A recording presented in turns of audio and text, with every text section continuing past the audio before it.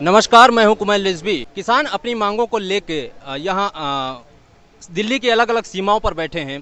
इस वक्त मैं मौजूद हूं सिंगू बॉर्डर पर। हमारे साथ बातचीत करने के लिए मौजूद हैं भारतीय किसान यूनियन चढ़ूनी के अध्यक्ष गुरनाम सिंह चढ़ूनी जी। सबसे पहले सर आपका स्वागत है जी, थैंक यू। आपको क्या लगता है कि क्यों ये सरकार आप लोगों की बात नहीं मान रही है या सुन रही है?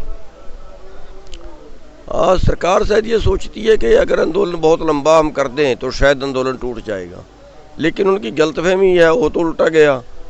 आंदोलन लंबा होने से आंदोलन तो चल रहा है लेकिन बीजेपी टूट गई है, और लंबा करेंगे और टूट जाएगी, तो ये तो उल्टा नुकसान होगा इनका। अब मान लिया कि यूपी का चुनाव आना है तो क्या ये जीत पाएंगे? वहाँ पे पूरा संयुक्त मोर्चा जाएगा और इनकी ऐसी हालत पतली कर देगा कि शायद 50 सीट पे भी ना आए। आपने यूपी चुनाव की बात की तो इस पर हम आना चाहते हैं। जैसे बंगाल में इसका बहुत प्रभाव पड़ा इस आंदोलन का, यूपी और पंजाब में भी चुनाव होने हैं और कई राज्यों में होने हैं, तो आप लोग वहाँ क्या जाएंगे और लोगों को किस तरह से जागरूक करेंगे? नहीं, जहाँ भी चुनाव आएगा वहाँ पे जहाँ पे बीजेपी की खास तौर पे सरकार होगी वहाँ बीजेपी का तो विरोध करेंगे ही करेंगे। क्या किसी पार्टी को समर्थन भी रहेगा आपका? पार्टी के समर्थन की तो अभी तो कोई वो नहीं है, लेकिन बीजेपी का विरोध करेंगे। जो भी जीतने वाला हो, इस पार्टी का जीत सकता है उसको डाल दो, उस पार्टी का जीत सकता है, जो भी बीजेपी को हरा सकता है। सर, एक बहुत बड़े किसान नेता रहे हैं चौधरी अजीत सिंह, जो दिवंगत हो गए हैं, उनको किस तरह से याद करेंगे आप? देखिए, चौधरी चरण सिंह जी जो थे, उन्होंने देश के लिए बहुत कुछ किया, खास तौर पे किसानों के लिए बहुत कुछ किया।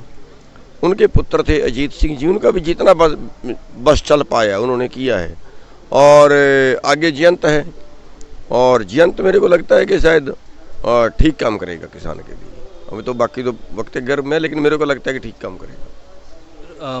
भाजपा ने आप लोगों को कई बार वार्ता के लिए बुलाया भी, जैसे कई दौर की वार्ता भी, उसमें कोई नतीजा नहीं निकला है।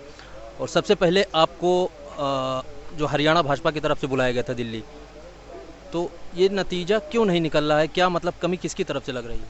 देखिए, जो सरकार है वो हेरा फेरियाँ कर रही है, गुमराह करने की कोशिश करती है। जैसे उन्होंने इन बिलों का नाम रखा खेती विकास बिल, लेकिन ये खेती बिल है ही नहीं, ये तो खेती व्यापार बिल है, खेती व्यापार कानून है, तो खेती का बिजनेस करने के लिए बनाए गए हैं।